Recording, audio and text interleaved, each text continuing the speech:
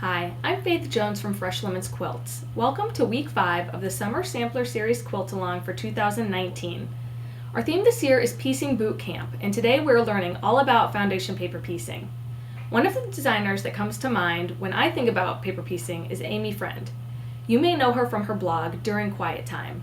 She is amazingly talented and designs the cutest foundation paper piecing patterns. Amy designed this week's block, Rope Twist. Today, I'm going to walk you through the basics of foundation paper piecing so that you're very comfortable with this block and future blocks. Let's get started. First, gather your supplies. You'll need your pattern, your fabric, some tape, your rotary cutter, a quilting ruler and mat, and some scissors for cutting paper. Optionally, you can use a light box. This is not required for foundation paper piecing.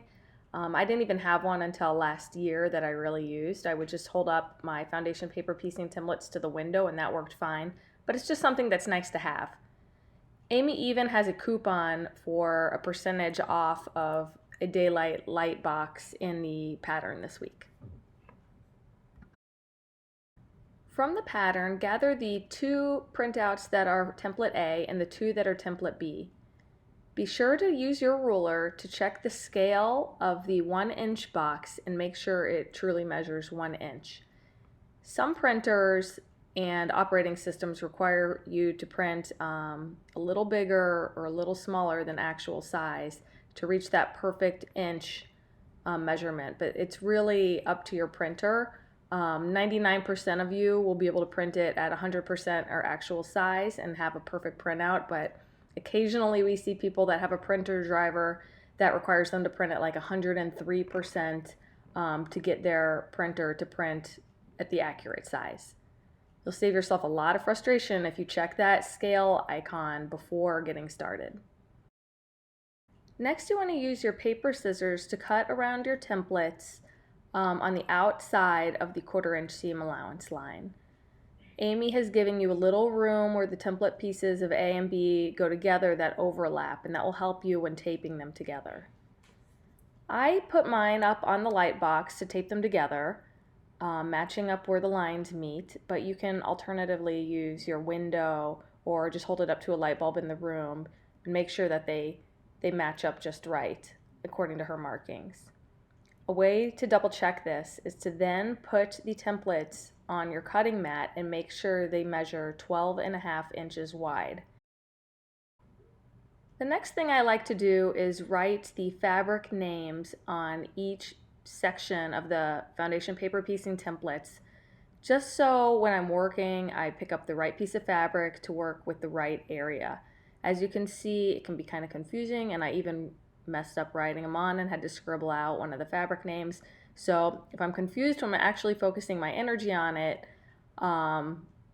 you can see how it'd be very easy to get mixed up when you're in the middle of sewing. So just write your fabric names on the template and your life will be a lot easier.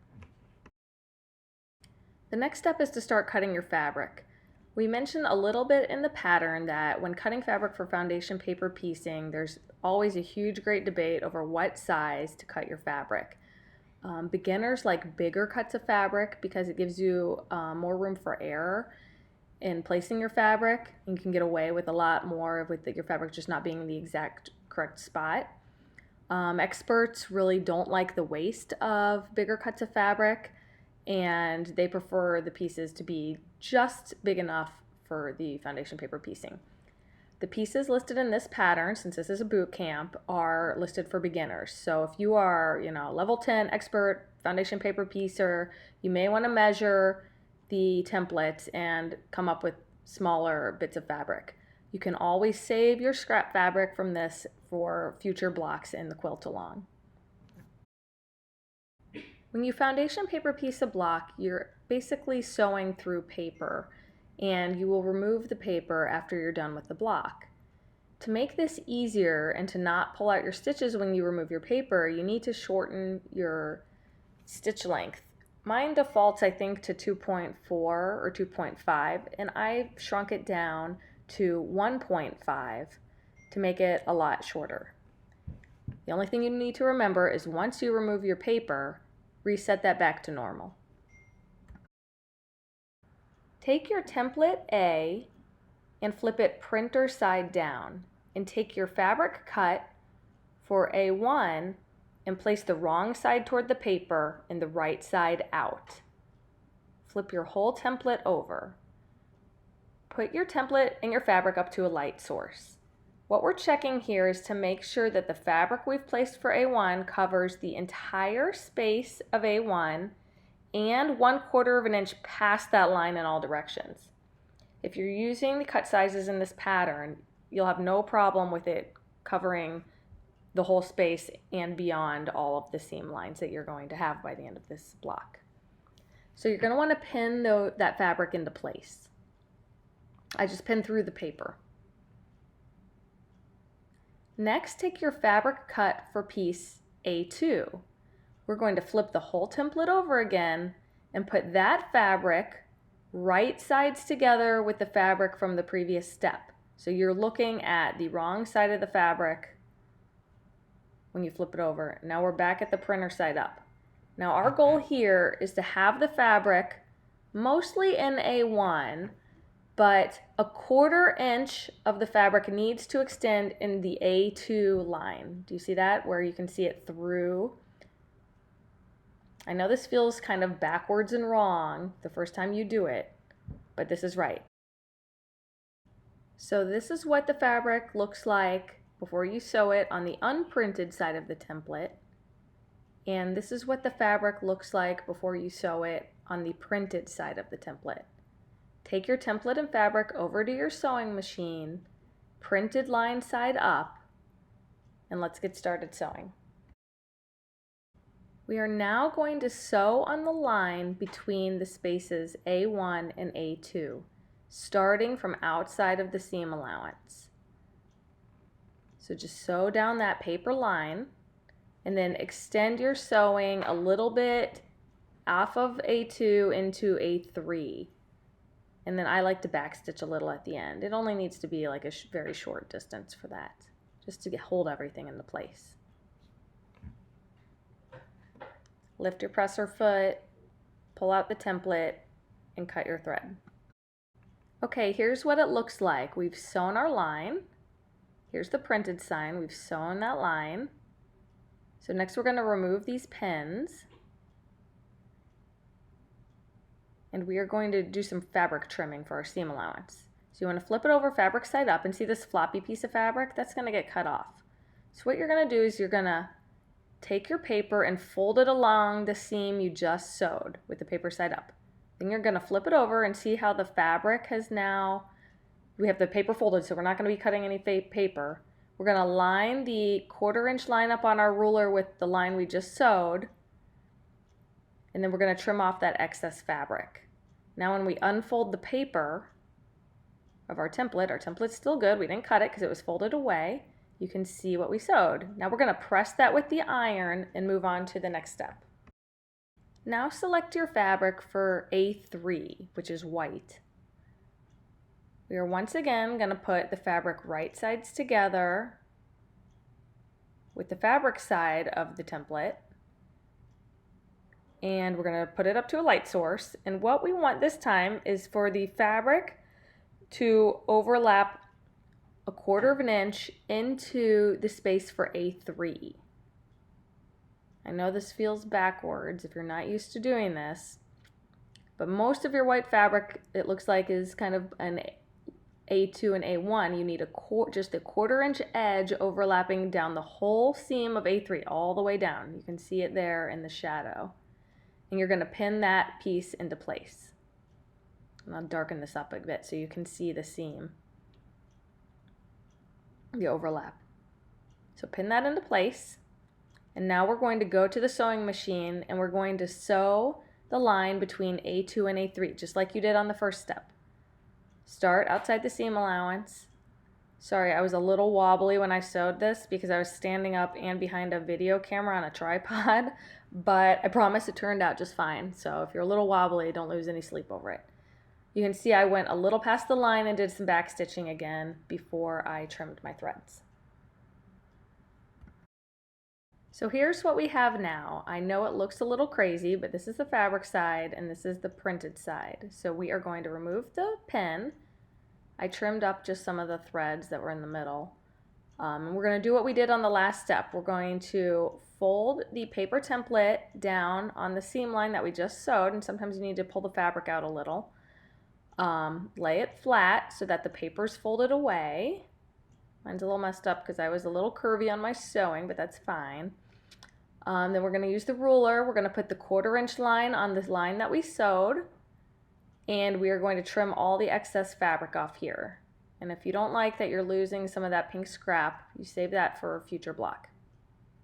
Now we unfold the paper, and you can fold the fabric open and see what you have now. And you can see we have that nice line from sewing. Fold it open, you see we have the little pink sliver, and we're going to press that. Now, just like before, we are going to take the fabric for A4. We are going to put that fabric right sides together with the fabric side of the template. This one's a little bigger, it's a little hard to maneuver, so I like to just kind of guesstimate where it's going to be, and then I hold it up to my light source and I see how right or wrong I was. So this one I did pretty good. I'm going to scooch it over just a little. So a 1/4 inch of this pink fabric is hanging over into the A4 piece all the way down the seam.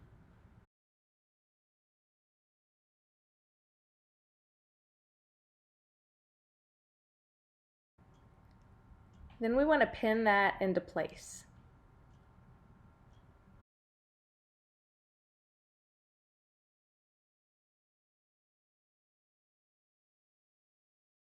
At your sewing machine, once again, we're going to sew down the line between A3 and A4, starting just outside the seam allowance, and finishing up just a little over where the line ends and doing a little back stitching.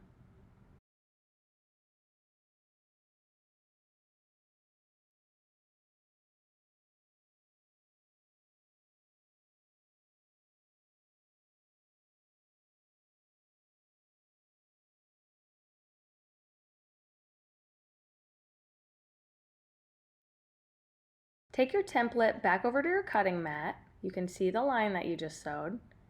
Remove your pins and trim your threads if you're like me. You don't have to do that. Flip your fabric over and fold it back. You see we're going to trim off all this loose fabric. So what we're going to do is fold the paper back once again along the seam that you just sewed. Give a nice fold. You might have to pull some of the fabric a bit. Put your ruler, once again, the 1/4 inch line on your ruler on the seam line that you sewed, and trim off your scrap fabric. And again, you can save some of that for later blocks if you want.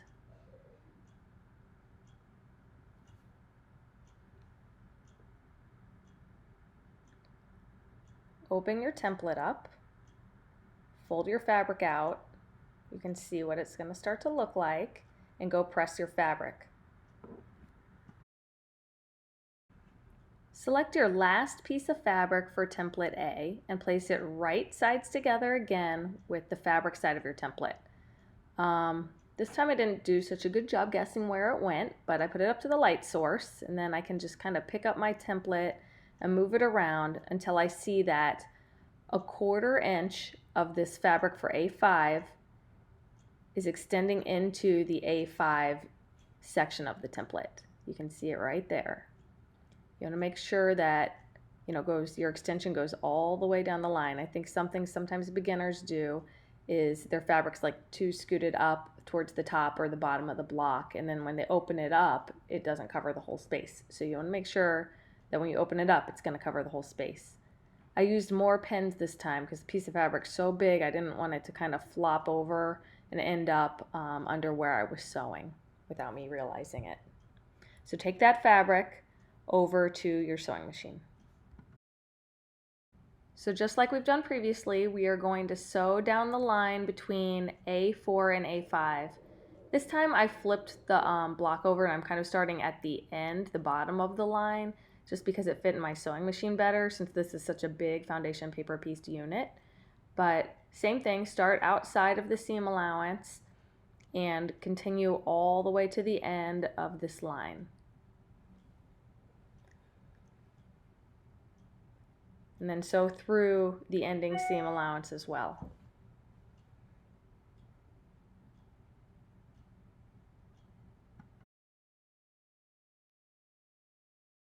So this is what your block looks like now. You can see the line that we sewed all the way down.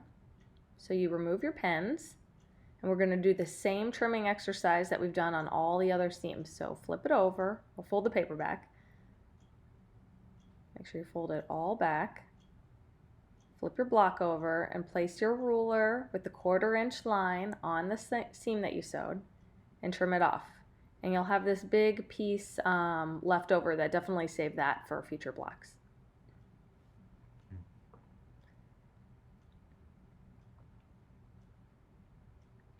Then we're going to open up the template again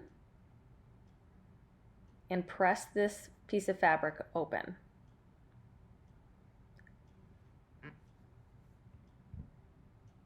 Once you've pressed your fabric, this is what it should look like. Flip it over to the printed side up, and we are going to use the ruler and place the 1/4 inch line of the rulers on the inner line that has printed. Basically, just in case when you were cutting your seam allowance, you didn't cut it around the seam allowance when you cut out your templates, it wasn't perfect. We're actually measuring off that inner line. So here I'm going to zoom in. There, now it's focused for you. You can see the 1/4 inch line of my ruler is going to be on that dark printed line. Oh, let me scoot over. There we go. And that's the guide that we're going to use to trim around our entire block. So let me get this back in focus for you. Sorry, this isn't NBC, unfortunately. But you can watch me here trim around all 4 sides of 1, 2, 3, 4 sides of the block.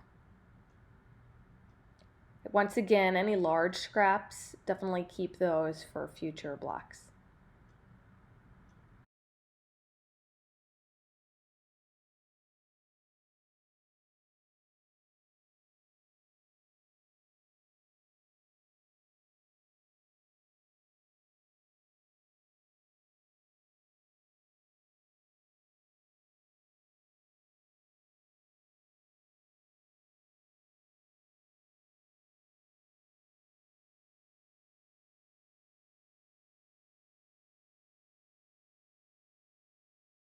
It's trimmed, flip it over, and voila, template A, and it's starting to look like what our finished block should look like. Gather template B and the fabric cuts that correspond to that. We're going to go over this a little quicker, but we're going to use the same process that we used for template A. Take your template and your fabric for B1 and B2 over to a light source. Place your fabric wrong side towards the paper, right side away from the paper. Make sure your fabric covers all of B1, including at least a 1/4 inch extending all of the lines that go around B1.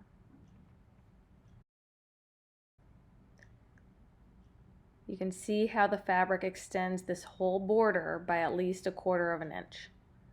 Now take your fabric for B2 and we're going to put it right sides together with the fabric from B1. And this is when we need to turn on the light source.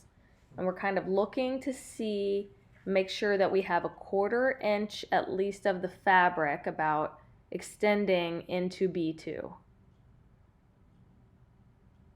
So I kind of have to shimmy the fabric around to get it into the right spot. And this is why I like to work with a light box or up to a window. And you can see right there that the fabric extends there. Turn the light down a bit. You can see how the fabric extends a bit into B2. And you want to pin that into place. Take that over to the sewing machine. I'm going to skip showing the sewing, but you're going to sew on the lines between B1 and B2, just like you had in template A. Okay, after you've sewn the line, you can see it right there, and I extended a little past into the seam allowance into the B3 space. Remove your pins. And we are going to fold the paper back along the line that we sewed, and we're going to do the same trimming technique where we put our ruler, the 1/4 inch line of the ruler, on the line that we sewed, and we trim off the excess fabric. Open your paper and press your fabric open like that. After you've pressed your fabric, select your fabric for B3, and we are going to put that into place. We are going to, remember, put your fabric right sides together with the fabric side of the template. Put your fabric and your template up to a light source, and I wasn't even close this time. And you want to extend the fabric 1/4 inch into B3. So that looks pretty good. Pin your fabric into place.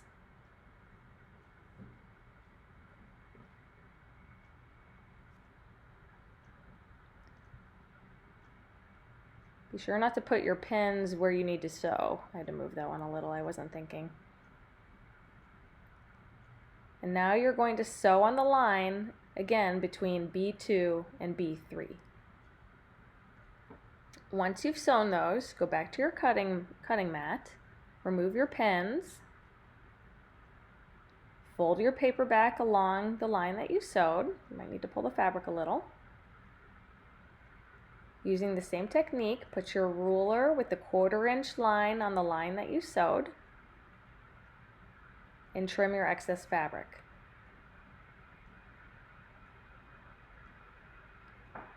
Open your paper and open your fabric and press your fabric so it's nice and pressed open. Now gather your last piece of fabric for B4. We're going to do the same thing. We're going to put that fabric right sides together with the fabric side of the template. We're going to put it up to a light source.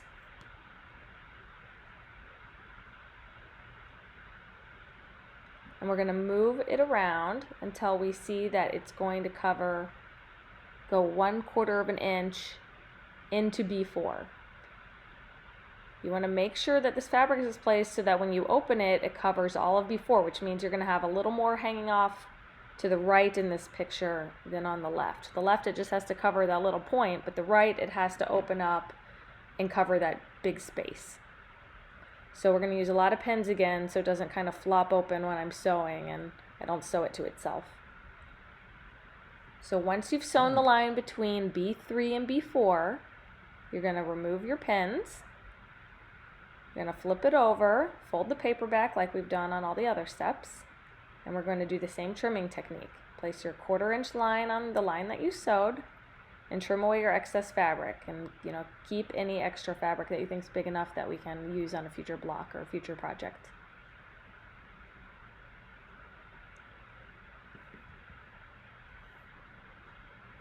Open your template, open your fabric, and press that fabric. Next, we are going to trim around the entire block like we did with template A. We're going to use the ruler and put the 1/4 inch line on the inner seam line, just like I showed you in the close-up on template A.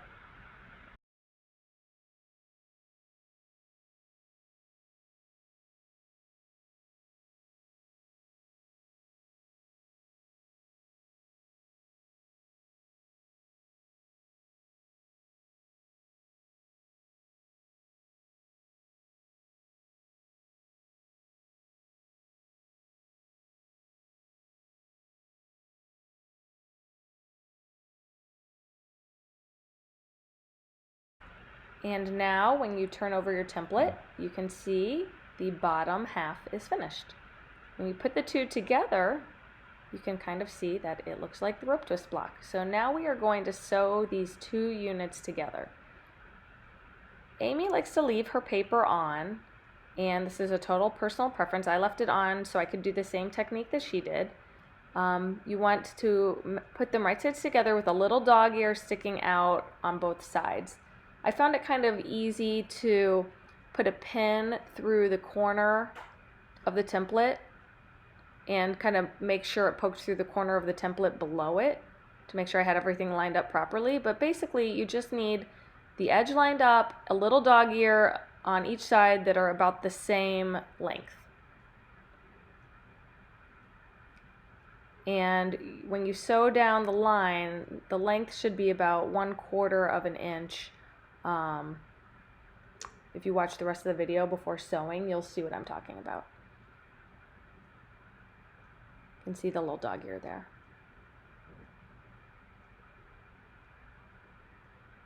So pin it all into place. And we will just sew down that printed straight line like you did in the previous steps.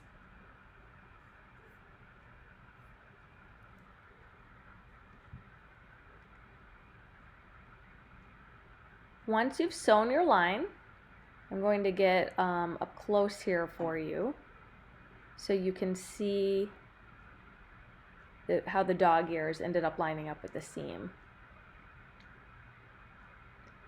You see my seam of sewing came right out, there it is, where the dog ear kind of made that little V, and that's how I know I lined everything up perfectly. It's like that on both sides. There we go, sort of.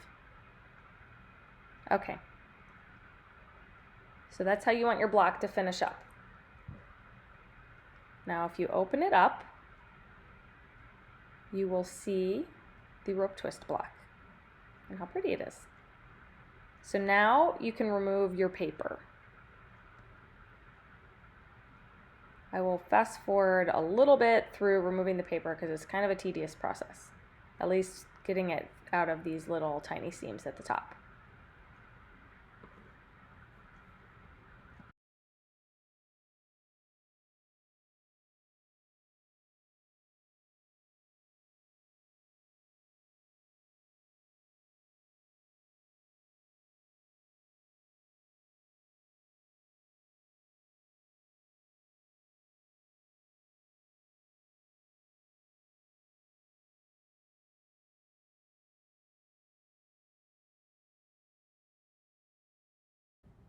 Once you are done removing all the paper, you can open up your block, check it out. I ended up pressing that final seam open.